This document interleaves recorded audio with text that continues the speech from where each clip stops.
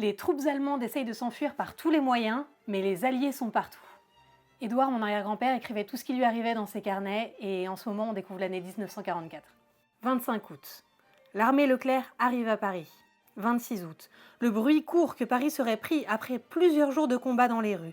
Nous sommes toujours sans téléphone ni lumière électrique, sans poste, sans aucun moyen de transport. 4 septembre. La Ferté-Saint-Aubin et la Motte-Beuvron ont vu, pendant la semaine dernière, un défilé incessant de troupes allemandes, allant d'ouest en est. Les Américains restent toujours au-dessus de la Loire. On dit qu'ils ont fait un raid et occupent Gien, Cosne et peut-être Nevers. On se demande par où ils pourront se sauver, ces troupes allemandes. Quand ils passent un sidecar ou une voiture allemande isolée, les maquisards embusqués dans les bois tirent dessus et s'emparent de l'auto. Ce matin, on dit qu'il n'y a plus aucune troupe allemande entre Orléans et la Motte. 6 septembre. Ce matin, par une pluie battante, Claude, Nicole et moi, nous allons en bicyclette à Orléans. À Olivet, il faut passer sur de petits bateaux, le pont du Loiret ayant sauté, détruit par les Américains. En arrivant à la Loire, il faut descendre à gauche, arriver au pied du pont, puis monter sur un plan incliné terriblement abrupt, pour arriver sur l'autre partie du pont.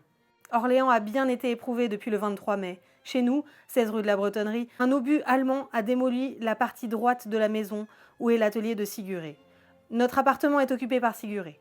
Je pourrais quand même coucher dans ma chambre et les 2 filles à l'hôtel moderne. Nous voyons quelques Américains qui se promènent paisiblement dans les rues. Sans arrêt, défilent des camions avec mitrailleuses, canons, etc. direction Montargis.